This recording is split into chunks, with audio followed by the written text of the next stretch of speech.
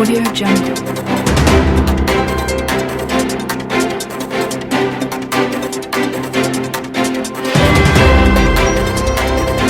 Audio Jungle.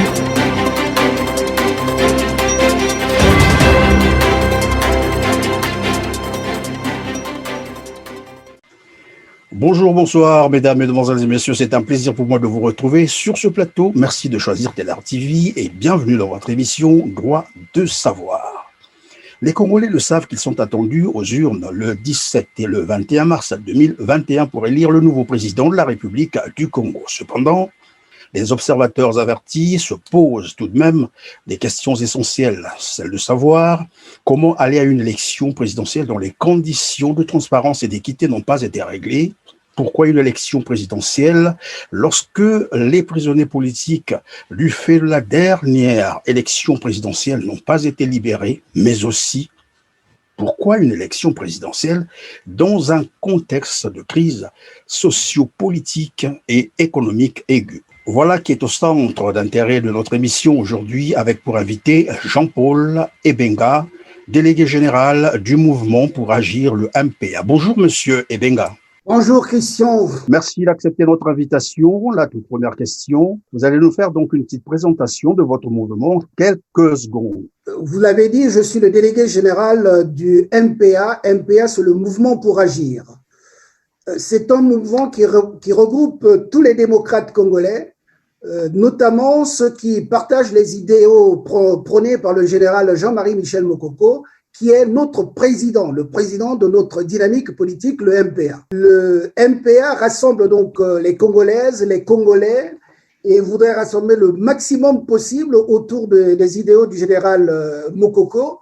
Le MPA a pour vocation d'arrimer le Congo dans la démocratie qui a été, si vous voulez, retenue comme seul mode de gestion sociopolitique de notre pays depuis les années 92 au cours de la conférence nationale qui a été tenue dans les années 90.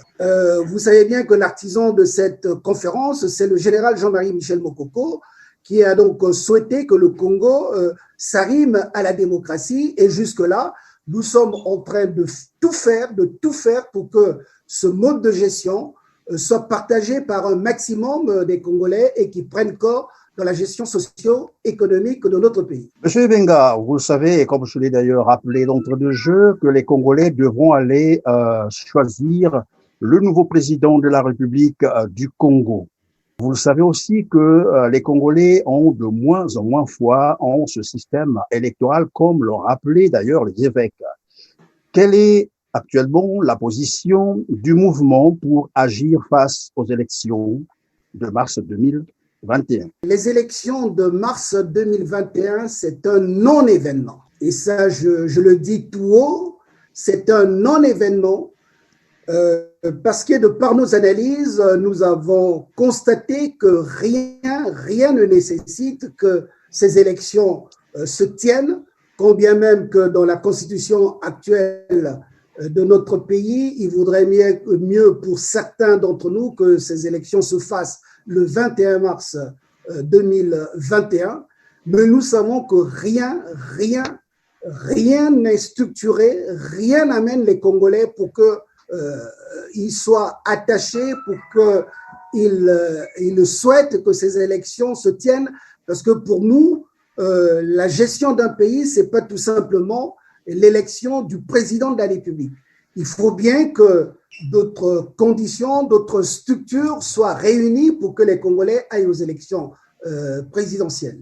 Si déjà on peut aller vers ces précisions, il serait mieux pour nous d'ailleurs. Bien, vous voyez, les élections présidentielles, n'intéresse que l'élection d'un individu pour conduire aux destinées d'un pays.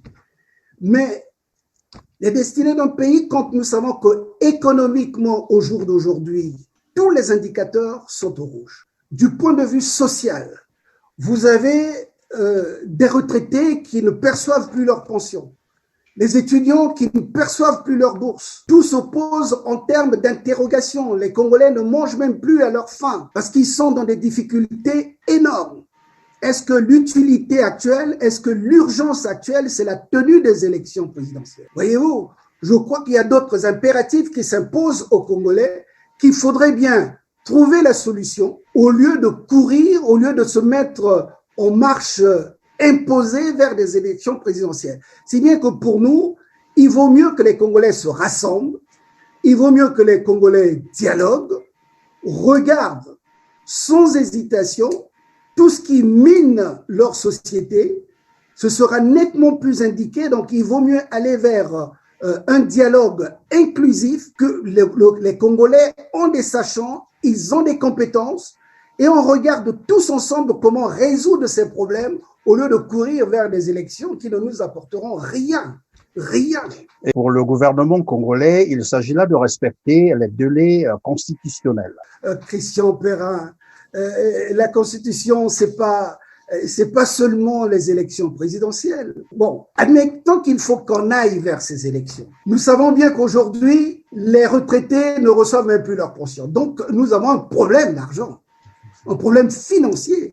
Les fonctionnaires ont du mal, on ne sait même pas, ils ne savent même pas à quelle date ils doivent être payés. Alors que le Congo a connu des moments où à chaque 25 du mois, tous les fonctionnaires avaient leur salaire. Et en allant même à cette élection qu'il prévoit le 21 mars, là, le Congo est quand même membre, a signé des conventions avec des organismes internationaux.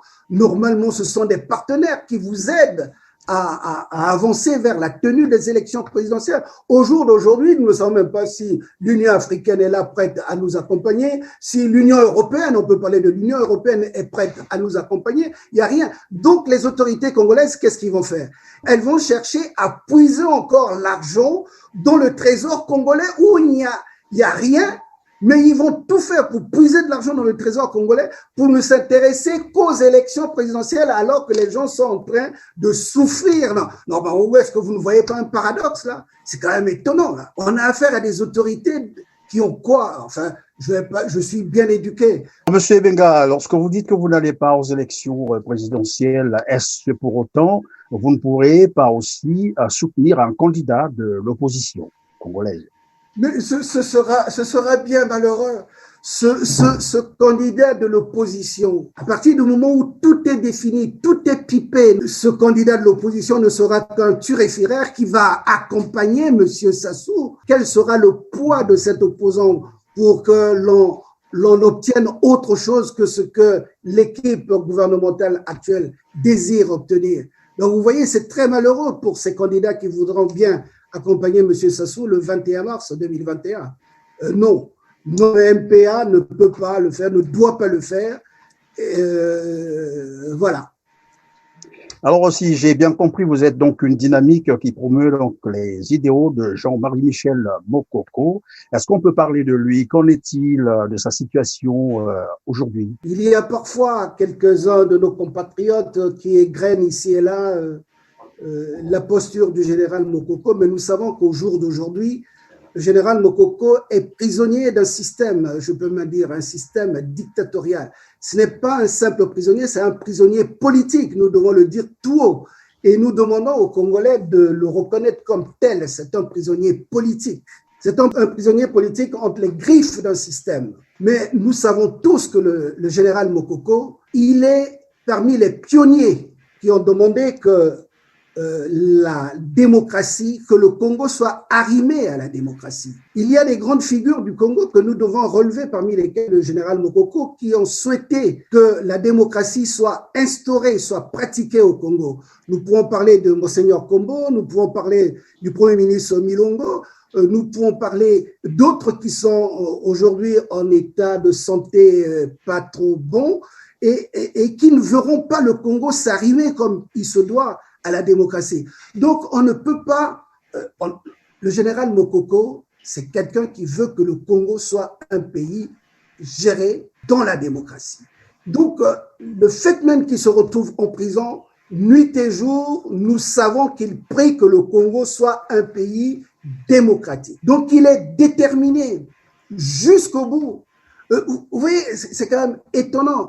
Quelqu'un qui accepte être embarqué dans un avion et envoyé à l'étranger sans son médecin traitant, qui fait 7 heures de vol, qui revient Vous voyez sa détermination, son envie de vivre pour voir un jour le Congo arriver à la démocratie. Et jusque-là, nous attendons toujours. Jusque-là, nous avons des forces obscures qui retardent cette accession à la démocratie.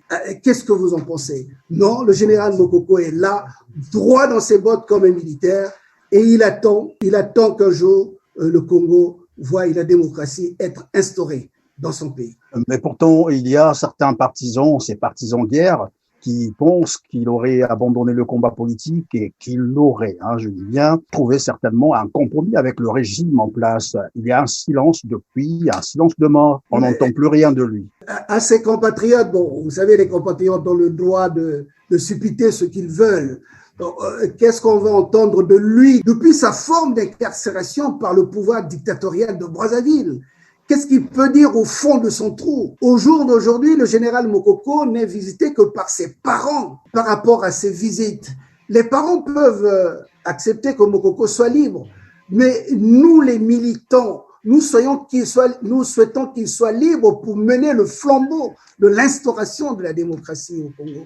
Donc, c'est quelqu'un qui est là, incorruptible, je peux le dire, tout haut. Et je souhaite que les Congolais le reconnaissent comme tel. Je peux l'affirmer ici, il n'a rien cédé, il n'a jamais eu d'échange dans ce sens. Il est là, il est le promoteur de l'arrimage du Congo à la démocratie depuis la fin des années 80, des années 80. Vous savez que le général Mokoko a été ce militaire chef d'état-major qui s'est adressé au stade d'Ornano, à toute l'armée nationale à l'époque, l'armée populaire nationale, l'APN. Il a demandé à l'armée de se ranger du côté du peuple. Le peuple qui souhaitait l'avènement de la démocratie au Congo. Mais donc, c'est vraiment le moteur. Il ne peut pas se démettre de ce désir. Et ça, il faut que les Congolais le reconnaissent. Et il y a combien de gens? Le général Mokoko, qui s'est rapproché même du général Ngolo, ancien ministre de l'Intérieur, lisez son livre, le temps du devoir. Il s'est rapproché de ce dernier pour dire, nous devons tout faire pour que la conférence nationale réussisse. Et quelle était la réponse du général Ngolo? Je suis arrivé à la fin de ma carrière, c'est pas à la fin de ma carrière que j'aurai les mains entachées du sang des Congolais. Donc voilà la détermination d'un individu. Pour se poser des questions de ce genre actuellement, c'est faire le jeu de ceux qui sont en train de freiner les quatre roues de l'avancée du Congo vers l'instauration de la démocratie. Non, le général Mokoko n'a bougé d'aucun iota. Et il n'a bougé d'aucun iota, vous l'avez dit, je lis en vous vraiment une détermination, mais aussi un optimisme sans faille en la personne de Jean-Marie Michel Mokoko. Pourtant, il y a ces anciens compagnons qui aujourd'hui, d'autres ont voulu même présenter leur candidature à l'élection présidentielle. C'est comme si le bateau Mokoko était en train de chavirer. Donc, tous ceux qui ont accompagné le général Mokoko, même pendant les élections de 2016, le Congo, c'est notre pays et nous nous connaissons tous. Il y en a, je peux peut-être utiliser une expression assez vieille, il y a ce qu'on appelait des profito-situationnistes. Des gens qui viennent tout simplement parce qu'il y a une occasion qui est là, bon, on essaie de faire de telle sorte qu'on apparaisse tout simplement, alors qu'au fond, ils ne partagent pas fondamentalement les tenants de ce que l'on voudrait que ce soit réalisé. Donc, l'arrimage du Congo à la démocratie. Et vous voyez, il y a même quelques-uns qui ont des partis au niveau du Congo. Mais nous savons comment est-ce qu'il faut faire pour créer un parti au Congo. Nous savons qu'actuellement, il y a une loi de l'année 2017 pour créer un parti. Il faut qu'il soit représenté sur toute l'étendue du territoire. Mais ceux qui ont accompagné le général Jean-Marie Michel Mokoko en 2016 aux élections présidentielles, vous croyez que les associations qu'ils ont créées là, ou les partis qu'ils ont créés sont représentés sur toute l'étendue du territoire? Ils n'ont été avantagés que par le système en place. Et puis on voudrait montrer que voilà, il y a une défection dans la dynamique créée par le général Mokoko. Je vous le dis, c'est faux. La dynamique Mokoko existe. Les Mokokoïstes existent et ils sont en train de se structurer. Et le MPA, c'est cette structuration qui a déjà pris corps et qui est en train de montrer et de faire un appel à tous les compatriotes qu'il soit une individualité, qu'il soit dans une association, qu'il soit dans un parti, il faut qu'il vienne, il faut qu'il s'associe au MPA, il faut qu'il s'associe pour créer cette dynamique-là autour de Mokoko, quand bien même qu'il soit en prison. Le général Mokoko a déjà semé des grains de la démocratie. Et c'est même erroné qu'on s'acharne sur sa personne. Parce que c'est bête de s'acharner sur lui. Parce que la démocratie, elle est en train de prendre corps au niveau du Congo. C'est donc une erreur de s'acharner sur un individu. C'est trop tard. Et il faut demander sa libération, comme on est en train de le demander là. C'est une peine perdue de s'acharner sur lui. Évidemment, les partisans de ceux qui pensent qu'ils peuvent déjà se présenter candidats à l'élection présidentielle disent que bon, Mokoko est en prison, c'est un fait, mais pour autant, on doit attendre jusqu'au jour où il doit sortir. Pourquoi ne pas se présenter, par exemple, à l'élection présidentielle et mener le combat sur le terrain? Voilà un peu les raisons qui sont avancées. On peut trouver un dauphin, quelqu'un qui peut le remplacer. Eh bien, si quelqu'un le remplace, il faut bien que celui-là partage la même analyse que le général Mokoko. Une analyse qui ferait que le Congo s'arrime à la démocratie. Or, depuis que nous sommes là, il y a même pas un brin de structuration de la démocratie dans notre pays. Il n'y a rien. Donc, un candidat du général Mokoko ne peut pas se présenter à ces élections. C'est impossible. C'est impossible. S'il raisonne, s'il réfléchit comme le général Mokoko l'a défini, en tout cas, ce sera pour lui très difficile qu'il se dise « je vais être candidat ». C'est impossible. Il ne peut pas être candidat pendant que les Congolais sont en train de pleurer. Il ne peut pas être candidat quand les Congolais ne peuvent pas se soigner. Il ne peut pas être candidat quand les Congolais ne perçoivent même pas de façon régulière leur salaire. Il ne peut pas être candidat quand les retraités, les étudiants peinent, ne savent même plus quand est-ce qu'ils vont avoir leur pension, leur bourse. C'est impossible. C'est pas ça l'urgence. L'urgence, c'est le dialogue inclusif, qui rassemblera les sachants congolais pour trouver les solutions à tout ce qui est en train de miner la société congolaise actuellement. Ce sont ceux qui vont dire comment faut-il faire pour discuter avec le Fonds monétaire international. Voilà les priorités actuelles. C'est pas l'élection d'un individu. C'est pas un individu qui va faire que le Congo s'améliore sur le plan économique, sur le plan sanitaire. Je ne sais pas pourquoi cette marche forcée vers ces élections. Vous avez parlé du dialogue national sans exclusif, c'est ce que j'ai semblé entendre. C'est apparemment pour vous l'alternative. Mais vous savez également comme moi que Denis Sassou Nguesso s'était déjà prononcé sur la question. Il disait plus jamais un événement extraordinaire. Il faisait allusion à la conférence nationale. Alors, face à une telle posture, qu'est-ce que M. Benga pense? Comment arriver à ce dialogue? M. Sassou est un être humain avec les mêmes sens que tout le monde. Nous sommes convaincus que tout être humain est perfectible. Donc, nous savons qu'il finira par comprendre la nécessité et l'utilité d'aller vers un dialogue inclusif. Ce dialogue, c'est nous qui devons définir ses contours. Il est possible que certains croient que le dialogue va être une occasion de vengeance, par exemple. C'est possible, c'est peut-être leur droit de penser ainsi, mais c'est pas ce que nous définissons de ce dialogue. Le Congo a connu quand même des guerres fratricides. Vous avez un pays qui s'est retrouvé comme ça, un bon moment, mais les évêques l'ont relevé. On ne peut pas se retrouver dans un pays où il y a une région qui se retrouve comme ça, bombardée par des hélicoptères, avec des éliminations, des tueries et autres, sans savoir les tenants et les aboutissants. Qu'est-ce qui s'est passé réellement pour que on se retrouve dans une telle situation?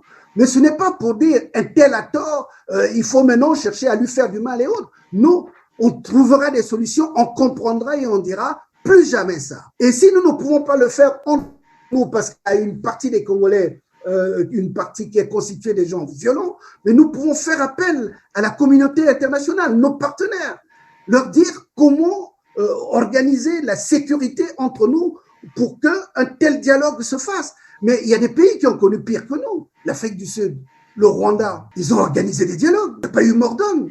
Mais pourquoi chez nous on peut avoir peur? Au nom de quoi? Ce ne sont pas des menaces individuelles ou individualisées, non. C'est juste pour comprendre ce qu'il ne faudra plus jamais faire. C'est tout. Et trouver des solutions aux problèmes qui se posent dans le moment où nous sommes là en train de nous échanger.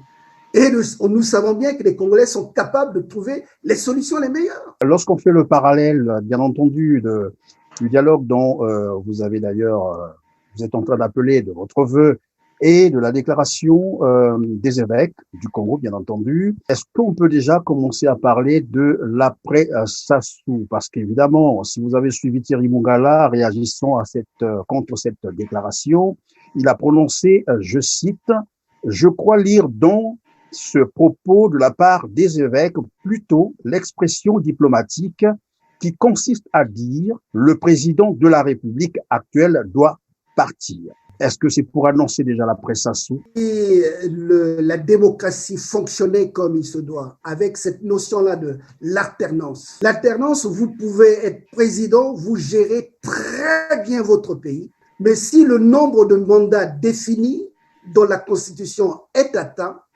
vous devez partir. Vous devez partir. C'est ça la gestion démocratique d'un pays. On ne vous dit pas de partir parce que vous avez très bien travaillé. On dit, monsieur, félicitations. Nous allons trouver encore quelqu'un d'autre qui viendra pour faire autant ou peut-être encore mieux que vous. Et c'est ça, le développement d'un pays. Si vous avez mal fait, on vous dira aussi, bon, ben c'est fini, on a vu, vous n'avez pas été à la hauteur de la charge qu'on vous a attribuée. Et vous partez. Vous voyez, c'est pas un coup de pied que l'on donne à quelqu'un. L'après-Sassou, il va pas prendre ça pour, je ne sais pas, une sanction. Non, il a eu une charge, il l'a assumé, et il ne peut pas être là en train de l'assumer tout le temps. Alors, oui, monsieur Christian Perrin, moi, je n'ai pas l'habitude de parler de moi, je suis un scientifique. Une expérience, on peut la faire. On l'a fait une fois, on l'a fait deux fois, on l'a fait trois fois, on a déjà atteint le nombre statistique. On peut déjà tirer des conclusions à 3. Et si on passe à 30 et un peu plus, on peut donner des conclusions. Vous voyez? Alors, on ne peut pas être là, 36 ans, 40 ans, et les gens sont là en train de vous attendre parce que vous devez toujours expérimenter. Non, soyons sérieux entre nous. C'est tout. Soyons sérieux entre nous. Vous voyez? Donc, c'est pas qu'on donne un coup de pied à quelqu'un. Non. Vous avez essayé, vous avez eu la charge, mais les évêques l'ont relevé. Est-ce que M. Sassou n'a pas eu un bras? Vous savez, les évêques, ce sont des gens, le clergé congolais, ils sont méthodiques dans leur message. Ils ont montré ce qu'ils ont considéré comme étant des réussites. Oui, bon, c'est leur droit. Moi, je peux même dire que ces réussites sont des réussites à demi-teinte. Vous voyez? Mais ils ont présenté que c'était des réussites. Cette équipe par rapport aux méthodes utilisées par les évêques, ils ont montré qu'il y a eu des réussites. Et il y a eu des difficultés. C'est tout. C'est fini. Il peut partir. Cette équipe n'est pas là pour expérimenter, que les gens attendent 10 ans, 30 ans, 40 ans. Non, entendons-nous. Et dans le calme, sans animosité, on dit, ça va, c'est fini. Il peut partir. Oui, il peut partir, même si c'est ça. Où est le problème? Alors, il peut partir, mais donc... Oui, allez. Nous avions fait aussi les mêmes analyses. Hein. Nous n'avons pas attendu les évêques, nous avons fait les mêmes analyses. Et nous avons publié nos analyses dans un magazine qui est beaucoup lu, même au Congo, Afrique Éducation, dans les numéros 492 et 493 des mois de décembre et janvier. Nous avons relevé les mêmes inquiétudes que les évêques. Mais quand ce sont les évêques qui s'inquiètent, vous voyez, ça me peine pour mon pays, parce que là, les fondamentaux du pays sont foutus, là, tout bouge. Parce que jusqu'au clergé, il n'y a plus rien qui tient. Plus rien ne tient, vous savez. Et c'est bien malheureux. Les évêques constituent quand même l'autorité morale de notre pays, parce qu'ils ont participé. Vous savez que le Congo a perdu un cardinal. Et vous savez quels sont les quelques éléments qui ont conduit à son élimination physique? Mais tout simplement parce que si vous pouvez nous en parler. Tout simplement retrouvé avec le président de la République de l'époque, le président Marien Ngouabi. Donc les deux étaient en train de réfléchir, d'analyser, de collaborer, de donner, de réfléchir sur la vision à donner à notre pays, tout simplement. Tout simplement, l'État congolais et le clergé congolais, le clergé de l'Église catholique congolaise sont des partenaires depuis très longtemps. Et vous m'avez parlé du ministre de la Communication du Congo. C'est un frère qui n'a que des connaissances livresques quand il parle de la séparation du pouvoir entre l'Église et l'État. Mais ça, c'est en France. Au niveau du Congo, l'Église catholique est partenaire de la gestion du Congo, partenaire représentatif de la société civile depuis très longtemps. À la conférence nationale, le pays était en déperdition. L'État a dû faire appel à l'Église catholique pour redonner de la confiance aux Congolais, en la personne de Monseigneur Kombo. Et quand notre ministre de la Communication, je suis poli, je dis c'est notre ministre de la Communication parce qu'après tout, il est là au gouvernement, porte-parole du gouvernement. Quand il vient tenir des propos que nous avons tous écoutés, je vous le dis, Monsieur Christian Perrin, je conseille à ce ministre d'aller présenter ses excuses, d'abord à son chef de gouvernement, parce qu'il a mal fait son travail. Parce que avant de faire sa prestation, je crois quand même qu'il a dû avoir l'assistance du conseiller à la communication, du chef du gouvernement, peut-être même du président de la République. Vous voyez donc un porte-parole qui vient prendre des postures de ce genre, où il traite presque le clergé congolais de gens qui peuvent s'asseoir dans des fauteuils et sauter comme des cabris, comme si lui, il a vécu dans un village où il voyait des hommes être dans des fauteuils et sautiller comme des cabris. Il sort d'où? Soyons sérieux. Hein? Il faut qu'il présente des excuses au clergé congolais et notamment à la personnalité de l'archevêque Abaya Moussa Victor. Il faut qu'il fasse cette démarche parce que quelque part, en lui, non, il a manqué de sang-froid. Il a manqué de sang-froid. L'État congolais fait parfois appel aux sages, non? Les sages dont il a défini de par lui-même.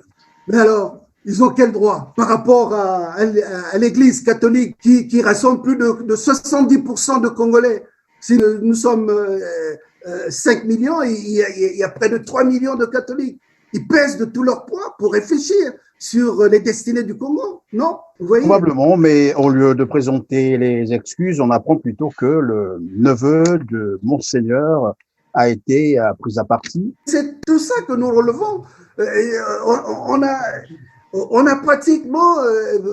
vous voyez, c'est bien malheureux. C'est comme quand j'étais encore jeune au Congo, on a un groupe de gens qui se présentaient parfois comme Nazar Kanaï.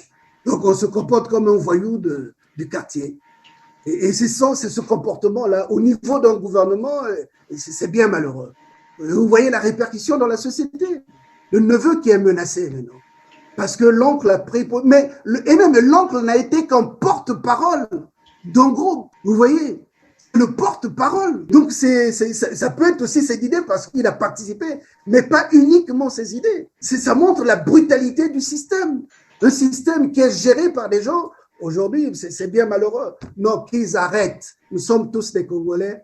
Qu'ils arrêtent avec ces comportements, qu'ils arrêtent avec cette façon de gérer le pays. Ça les conduit nulle part. Nulle part. Un gouvernement est admiré non pas parce qu'il est violent, mais parce qu'il doit faire montre d'un certain savoir-faire. L'histoire du monde nous a montré que ceux qui ont été toujours violents en train de gérer les États, ils ont mal terminé. Et les Congolais ne veulent plus de ça. Les Congolais ne veulent plus voir leur sang couler inutilement. Vous voyez? Merci, Monsieur Jean-Paul Ebenga. Nous sommes à la fin de notre émission. Peut-on parler des perspectives du mouvement pour agir? Il y a des élections, vous avez dit vous n'irez pas. C'est pas dans votre calendrier, c'est pas votre agenda. Alors les perspectives, c'est quoi maintenant et comment ferez-vous pour que finalement le fameux dialogue arrive? Nous avons dit qu'il nous faut arrimer le Congo à la démocratie. Et le devoir du MPA, c'est de battre le rappel à cela, d'amener tous les Congolais à regarder comment se présente notre pays aujourd'hui. Donc, c'est une révision, une refonte, une refondation de notre État, de l'État congolais, une refondation de fond en comble de l'État congolais, de la République, définir tout ce qu'il faut, tout ce qui est nécessaire pour que l'État congolais, ça rime comme il se doit à la démocratie. Et ça, c'est le devoir du MPA. Et nous demandons à tous les Congolais de nous rejoindre, tous les Congolais de nous rejoindre à partager même l'idéal politique prôné par le général Mokoko, ceux que nous appelons les Mokokoïstes, qui viennent en très grand nombre autour de nous, rassemblés, pour que nous pesons de tout notre poids au niveau du Congo, pour reconstruire le Congo, pour rebâtir le Congo, notre pays que nous aimons tant. Et nous allons le faire. Vous savez, notre président, le général Mokoko, a défini un triptyque, un Congo qui a connu des guerres fratricides où les Congolais semblent être éloignés les uns des autres. Nous devons passer par tout ce qu'il fera pour apaiser le Congo. Et ceci peut passer par des concertations de réconciliation des Congolais.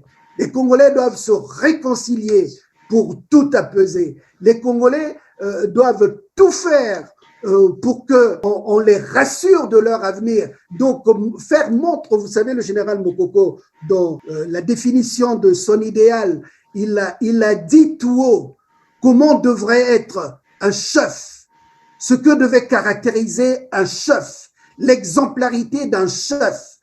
Tout ça fera que les gens soient rassurés. Quand on veut dire, on ne doit plus voler. Vous pouvez nous en rappeler quelques éléments? Comment devrait être un chef? On se connaît entre nous, Christian. Je sais que tu voudrais bien que je rappelle, mais un chef, je peux rappeler ne fût-ce qu'un seul. Oui. Un chef, il ne doit pas être voleur. Ça, il a dit tout. Un chef doit montrer l'exemple de ne pas être voleur. Un chef doit être compétent. Un chef ne doit donc pas être un arriviste. Au moins ces deux, nous devons le vérifier au niveau de tout ce qu'ils devront nous gérer pour rassurer. Si le chef est exemplaire, ça rassure tout le monde. Et en ce moment-là, on va donc rassembler tout le monde. Et notre président l'a bien défini, apaiser, rassurer, rassembler. Si nous réussissons ce triptyque, eh ben, le Congo, voilà. Apaiser, rassurer, rassembler, c'est par là que nous mettons donc terme à notre émission aujourd'hui où nous avons reçu Jean-Paul Ebenga, délégué général du mouvement pour agir. Merci Monsieur Ebenga d'avoir répondu à toutes nos questions.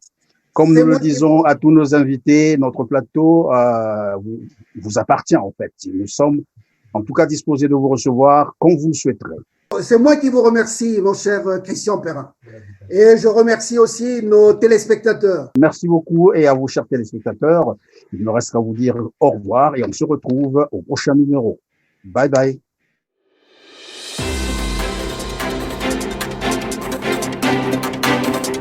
Audio Jungle.